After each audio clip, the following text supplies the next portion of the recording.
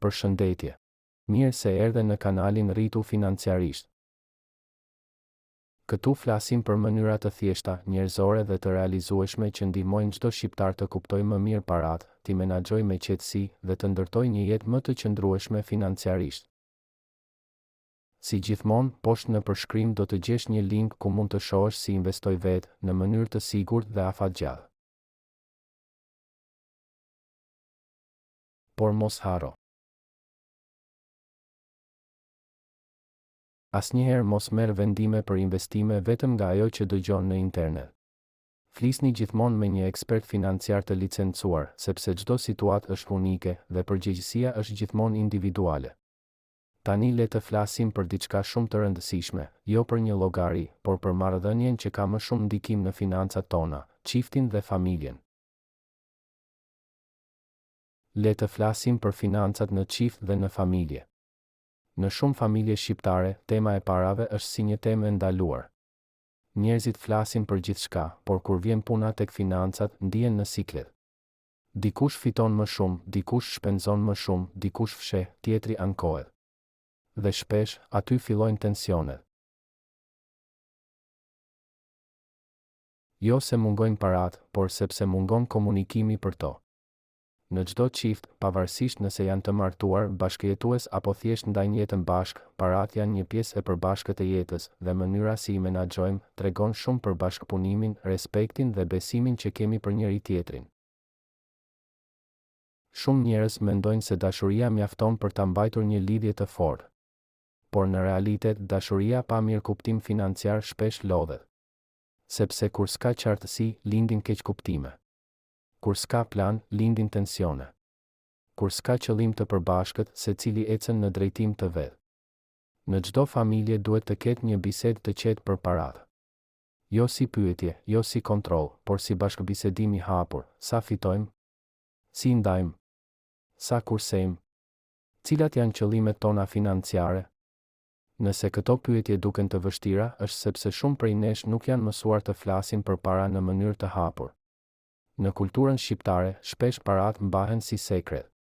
Mos pyet sa fitoj. Mos u përzi tek çfarë blej. Do ta rregulloj vetë. Por, në një familje, sekretet financiare krijojnë ndarje të padukshme. Në vend që të mbajmë fshehtësi, më mirë të ndërtojmë transparencë. Jo për kontroll, por për besim. Kur dy njerëz ndajnë të njëjtin qëllim financiar, çdo vendim bëhet më i lehtë. Një çift që flet hapur për financat nuk zihen për të një familje që planifikon bashkë, nuk ka frikë nga e ardhmja. Një hap shumë i rëndësishëm është ndarja e roleve, por jo ndarja e përgjegjësisë. Nuk ka rëndësi kush fiton më shumë. Ajo që ka rëndësi është si përdoren paratë për të mirën e përbashkët. Nëse njëri fiton dhe tjetri kujdeset për shtëpinë, të dy janë pjesë e të njëjtit sistem. Sepse puna shtëpiake, edukimi i fëmijëve, kujdesi për familjen, janë kontribute që kanë vlerë të barabartë me të ardhurat.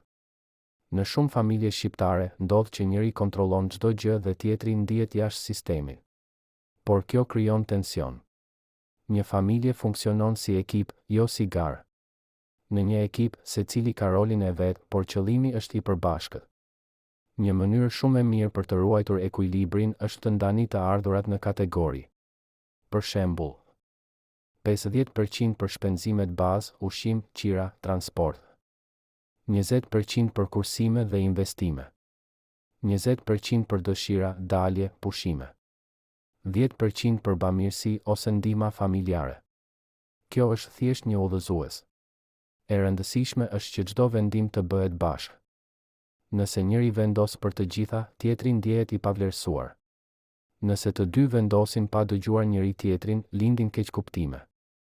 Sekreti është të flisni rregullisht për financat, pa turp, pa gjykim, pa fajsim. Siç flisni për planet e pushimeve, flisni edhe për planet financiare. Një ide që ndihmon shumë çifte është të kenë një llogari të përbashkët për shpenzimet e përditshme dhe të kenë gjithashtu llogari personale për nevoja individuale. Kështu, secili ruan lirinë personale, por edhe ndjen përfshirje në jetën financiare të përbashkët. Në shumë familje shqiptare, veçanërisht kur dikush jeton jashtë vendit, njëri merret me dërgimin e parave dhe tjetri me shpenzimet. Kjo shpesh krijon keqkuptime. por nëse çdo muaj bëni një mbledhje të vogël familjare, ku flisni hapur, sa u dërgua, ku u përdor, sa u kursye, atëherë gjërat bëhen shumë më të qarta. Në fund të ditës, qartësia sjell qetësi. Financat në familje nuk kanë të bëjnë vetëm me numra, por me respektin dhe bashkëpunimin. Sepse parat janë si një pasqyrë e marrëdhënies, nëse ka harmoni, ka rritje. Nëse ka fshehtësi, fillon tensioni. Nëse dëshiron një marrëdhënie të shëndetshme me partnerin, mos fol vetëm për dashurinë, fol edhe për buxhetin. Mos flisni vetëm për ëndra, flisni edhe për mënyrën si do t'i arrini ato ëndra. Sepse dashuria është ndjenja që të mban afër, por menaxhimi i mirë financiar është ura që të çon përpara. Nëse ke fëmijë, është shumë e rëndësishme t'u mësosh edhe atyre që parat nuk janë tabu. Fol hapur për kursimin, për vlerën e punës, për planifikimin. Në këtë mënyrë, ata do rriten me një mendësi të shëndosh dhe nuk do ta shohin paran si diçka që duhet fshehur, por si një mjet që duhet menaxhuar me urtësi. Mos e bëj paran burim konflikti. Bëje mjet bashkimi. Kur një çift e sheh paran si mjet për të ndërtuar, jo për të dominuar, atëherë çdo vendim bëhet më i lehtë. Një familje e bashkuar financiarisht nuk ka nevojë të jetë e pasur për të qenë e lumtur. Ajo ka nevojë për qartësi, bashkëpunim dhe mirëkuptim. Mos harro, në çdo marrëdhënie, më shumë se sa parafitoni, rëndësi ka si i menaxhoni bashkë. Sepse lumturia nuk matet me shifrën në llogari, por me qetësinë që ndjeni bashkë në fund të ditës. Nëse ndihesh sikur jeni në anë të ndryshme kur flisni përpara, mos u dorëzo. Niseni nga një bisedë e thjeshtë. Jo për të treguar kush ka të drejtë, por për të ndërtuar një plan të përbashkët.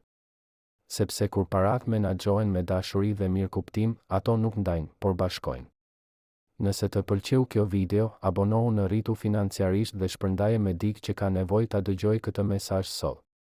Sepse ndoshta, kjo video do të ndihmojë një çift të mos zihen për parat, por të fillojnë t'i ndërtojnë bashkë.